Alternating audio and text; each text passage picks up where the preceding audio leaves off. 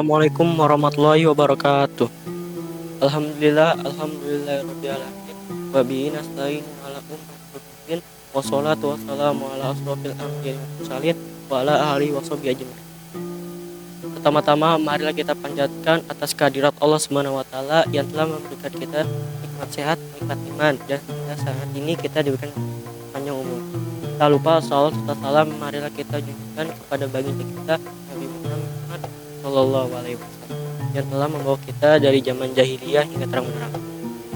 Pada kesempatan kali ini sebelumnya perkenalkan, nama saya Zaidan Ahmad Sami dari kelas 8. Saya akan mendampingi kalian untuk safari di Masjid Jami Kalipasir, yaitu masjid tertua di Kota Tangerang yang berada di Jalan Kalipasir RT 02 RW 004 Sukasari, Kecamatan Tangerang. Masjid Jami Kalipasir berawal dari gubuk kecil sebelum ditutup sebagai masjid pada 1576.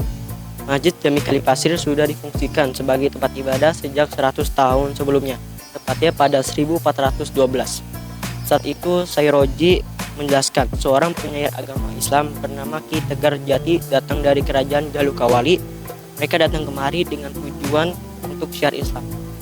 Yang sebelumnya dia mempelajari agama Islam pada seorang guru yang bernama Syekh Subakir. Papal Sayroji, saat Ki Tegar Jati tiba di Kota Tangerang, lahan di Kelurahan Sukasari yang saat ini menjadi tempat berdirinya Masjid Jami Kalipasir masih berupa hutan. Sejarah Masjid Jami Kebon Jeruk, saksi bisu menyebarkan Islam dari Tiongkok menyiar agama Islam. Itu lantas membuat gubuk kecil untuk tempat tinggal dan juga tempat ibadah. Kurun waktu 4 tahun, 1416, ini semakin diperbesar tempat ibadahnya. Kata Sayroji, kenapa diperbesar? Ini mengaruh Sungai Cisadane, dulu namanya Sungai Cipamungkas. Ini Sungai Cisadane merupakan jalur transportasi imbuh dia karena Sungai Cisadane dilewati banyak orang. Masjid Jami Kalipasir yang persis di seberang sungai itu didatangi banyak pelancong.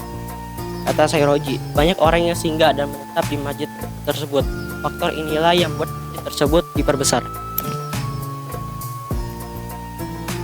Perpaduan Islam dan Indonesia di setiap lekuk Masjid Istiqlal.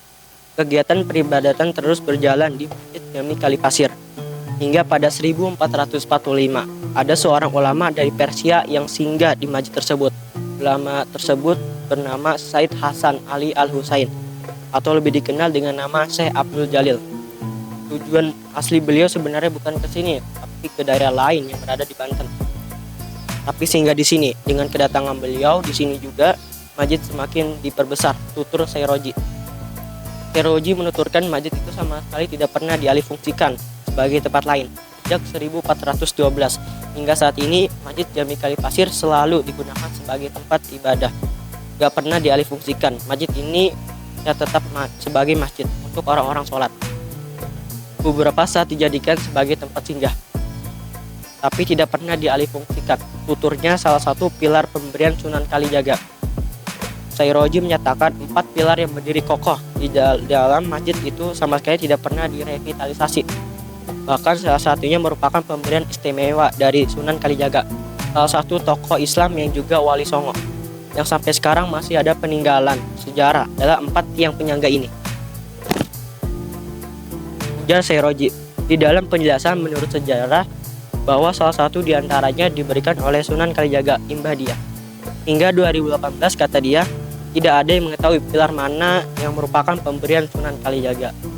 Itulah safari dari saya tentang Masjid Jami Kalipasir. Sekian dari saya, selebihnya mohon maaf. Wassalamualaikum warahmatullahi wabarakatuh.